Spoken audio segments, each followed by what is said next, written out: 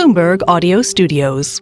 Podcasts, radio, news. From North Carolina at the Governor Mansion with Governor Roy Cooper. Thank you so much for joining Bloomberg TV. Glad to be here. Thanks. Your state is getting more interesting by the day, and it's really in focus now given this explosive report overnight from CNN about the sitting lieutenant governor, Mark Robinson. He's also the gubernatorial candidate on the Republican side. Salacious, explicit, very offensive words he was using on a porn forum. He's come out and said this is trash tabloids. Do you think this changes the race? Well, these comments were shocking, but they really weren't surprising for Mark Robinson. He has a history of these kinds of inflammatory comments that completely disrespect women, that incite violence. We've known for a while that he was someone who is unfit for office. Not only should he not have been elected to the office he's in, he certainly doesn't need to be governor of the state. I think it makes it even more certain that Josh Stein, our Attorney General, will be elected as governor.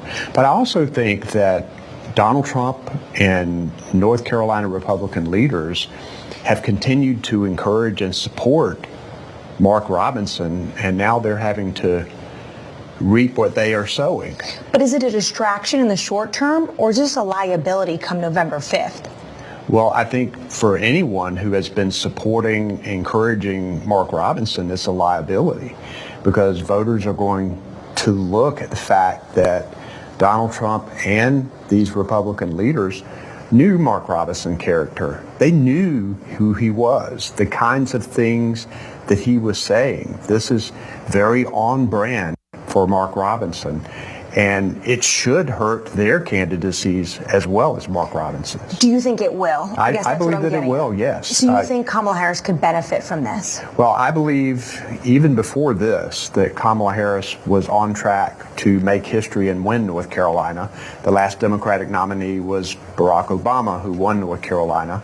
This was Biden-Harris's closest loss in 2020, 1.3%. There's that same excitement that I felt in 2008 here in North Carolina in 2024. I think North Carolina can make history again.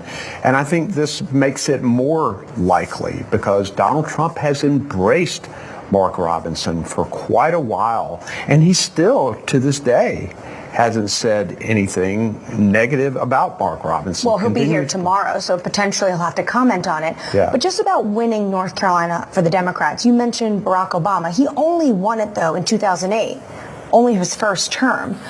Why is this a state that is willing to vote for Democrats at the state level? You know, you've benefited from that, but not at the national level. North Carolinians are very independent, and they will split their ticket.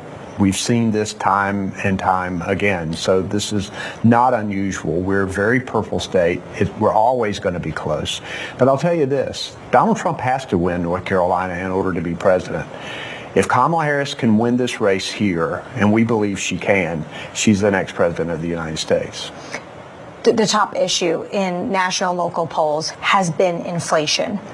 Do you find that voters are more willing to blame the politicians in Washington, D.C. and not the local ones? Well, people are frustrated with paying more at the grocery store. They're frustrated that their dollar doesn't go as far. But it's pretty clear that Kamala Harris has worked very hard to help control costs. She's worked to make sure that we've got better paying jobs for people. But now she came to North Carolina and rolled out her economic plan that's going to help small businesses, to help fight higher prices at the grocery store. I think that is having an effect already, that inflation is cooling in our country. I think that's going to be positive for her, and I think people have listened to her and believe that she cares about middle-class North Carolinians. Donald Trump only cares about the wealthy and corporations and himself. So the rate of inflation has come down, but people are still struggling with the level of prices. That's not coming down. And a lot of things Kamala Harris talks about, you need congressional support, and it's very slim on details. Do you think she needs to dive deeper into the policy discussions? So she's rolled out a very specific plan, but she's also aware that getting legislation through Congress requires a lot of work and consensus building.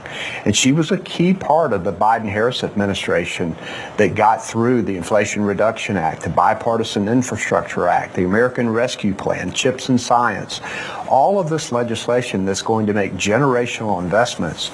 She was a part of doing it, cast the deciding vote sometime. She understands that she's going to have to get down into the details and find ideas that work. You know, people talk about trying to fight higher prices at the grocery store, and she's talked about trying to fight those prices. There are ways to do that. I'm excited about the fact that she's ready to take this on. The other top issue in this race, especially North Carolina, that when you look at the polls, is abortion. This is something you've been focused on. One thing I've gathered from all the polling is that voters in North Carolina seem to want a middle ground. They seem to coalescing around, say, 15 weeks as a cutoff for abortion. Do you think this is something Democrats and Republicans could compromise on? I think you can't compromise on women's right to choose. I don't think that you can compromise on the fact that we've got women who are in danger of dying because doctors are afraid of the government coming in and getting between them and their patient. That's exactly what's happening across the country. Donald Trump is responsible. But not in North Carolina. Well, yeah, we are, because we have a 12-week abortion ban, and not only that, but with more requirements, a 72-hour requirement that many women have a difficult time facing. They've put in a lot of other restrictions. So there is an abortion ban in North Carolina that passed over my veto by one vote. Every Republican voted to override my veto. Every Democrat voted to sustain it. So it came from 20 to 12. But do you think there could be a compromise for, say, something like 15 or 16 weeks? You know, you can't talk about women's health in that way, because many of these cases are very complicated and often involve parents who really want to have children but have extraordinary complications. This is an issue that should be left to women and their doctors, and that's why people like Donald Trump, people like Mark Robinson are dangerous, because they believe that politicians should be in that exam room with women and their doctors, and that there should be hard and fast rules. And what happens is you endanger women's lives. You take away what should be their constitutional rights. The former president has said he wants to leave it up to states, which I know is something that you're dealing with now with your Republican-led legislature. I just want to end on your future, because if you think Kamala Harris is going to win North Carolina, you'll be the man to help deliver those electoral votes for her. What do you have in sight? Is it the Court of St. James? Is it Attorney General? So what I have in sight is the finish line of my term as governor. You know, I want to run through the tape. There's so much happening here, investing these generational dollars for our children and grandchildren. I love public service. I'll see what's next after this. So you're not done yet. You're not going to end politics after you leave this beautiful governor's mansion. I don't think so. I do like public service, and we'll see what happens. Do you think that there needs to be a different, almost more trust in the DOJ right now that we're seeing?